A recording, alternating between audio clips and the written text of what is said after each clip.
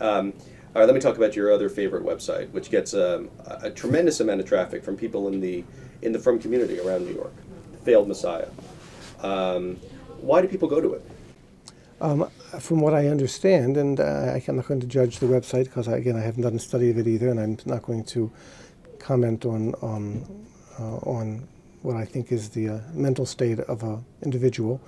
But I think that the fact that there's a lot of salacious material there and a lot of things that will draw eyeballs, for better or for worse, whether they're accurate or not, a lot of cynicism, a lot of anger. These are things that attract certain kinds of people, the way that certain kinds of things attract flies. And I think that the mainstream media has abetted this by seeing it as a place, among others, from where they can get some what they think is dirt on the Orthodox community. And all sorts of bad things come from that. Take a recent example, and I only know about this because it was in a different news organ. One of the New York tabloids borrowed something from that website, apparently. And I understand the webmaster was upset at the fact that he wasn't credited, which says something about the eyeball question again.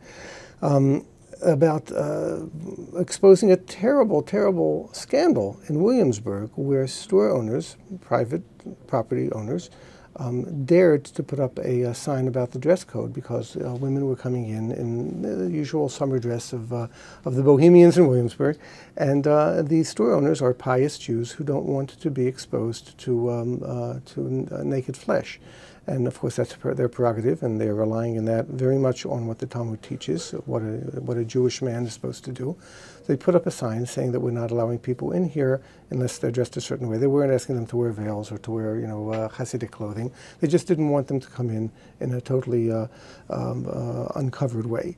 And this is a terrible scandal. How dare they? And the tabloid put it as a violation of rights, and commenters commented how horrible this is, how the Jews are taking over the world, the usual stuff.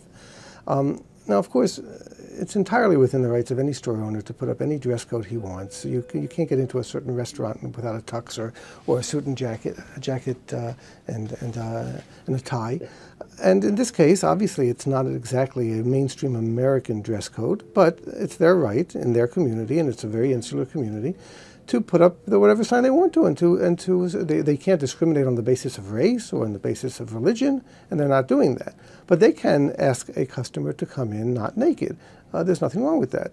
And it became a terrible scandal. Now, why is it a scandal? It's not. But why is it made into a scandal? Because of the eyeballs again. Got to get the tabloids. They're in competition with the web, and the web is in competition with the papers, and everybody's trying to get their readers.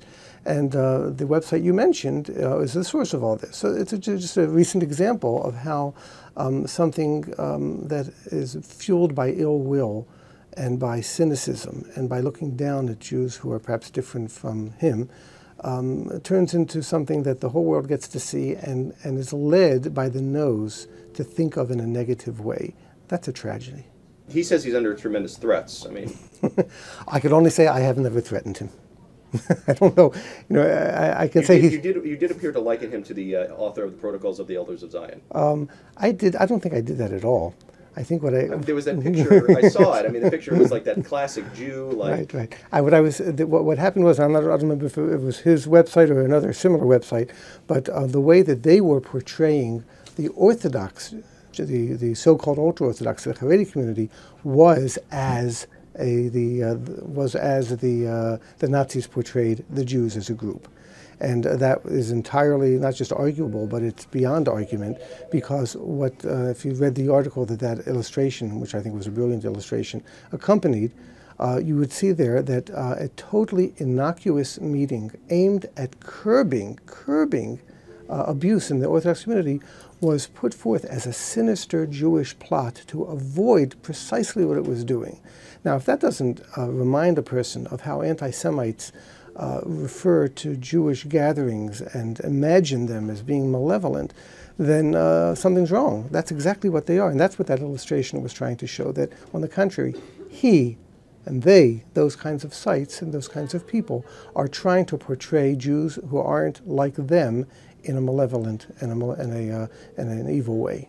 But do you see the role of these sites and the press as at all positive in exposing wrongdoing, or would you just prefer that it be handled internally under the normal auspices of rabbinic control? I think that there certainly is a potential for a site to be a responsible place of interaction on any of a number of important issues that perhaps aren't discussed enough. And this, at least until recently, was such an issue. And I would have welcomed a site that did it responsibly.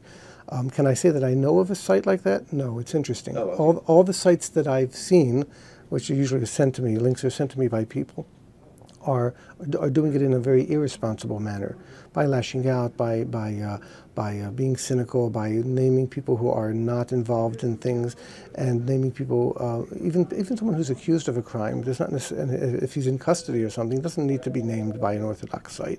That's a halakhic question whether that should be done or not. I'm not saying one way or the other, but I don't think they give a tinker's damn about whether it's whether they name somebody and maybe they're wrong or maybe the person's innocent. They couldn't care less. The sites that are popular out there. I think a responsible site would be a positive thing, and I don't think it would get very many eyeballs though, so it wouldn't last. Just for the record, I mean, he gets comments along the lines of, the question is, what's going to happen to this website when Shmari is found dead in his undies, whacked by some vigilante chassids? He has to carry a gun. He talks with the federal agents. That's a terrible thing if it's true, and obviously he's so far managed to do what he's doing without any ill effect that I know of, and I would certainly not wish him harm or feel that anybody should wish him harm. I think what we should wish him is that he stop and think about what he's done and what he does, like any person should do, and introspect. And if that leads him to a different direction, then wonderful. He's welcome to interact with Jews in a responsible manner. But anybody who interacts in an irresponsible manner, in a malicious manner, it's unfortunate. It's not someone. There's no vigilante justice, and no one's summoning him or anybody to a court, to a Jewish court. But that doesn't mean that we have to accept what he's doing as legitimate. It's not legitimate. It's Jewishly illegitimate. And I don't speak of any particular site. I speak about all the sites that are dedicated to trying to besmirch Orthodox Jews and, in truth, Orthodox Judaism.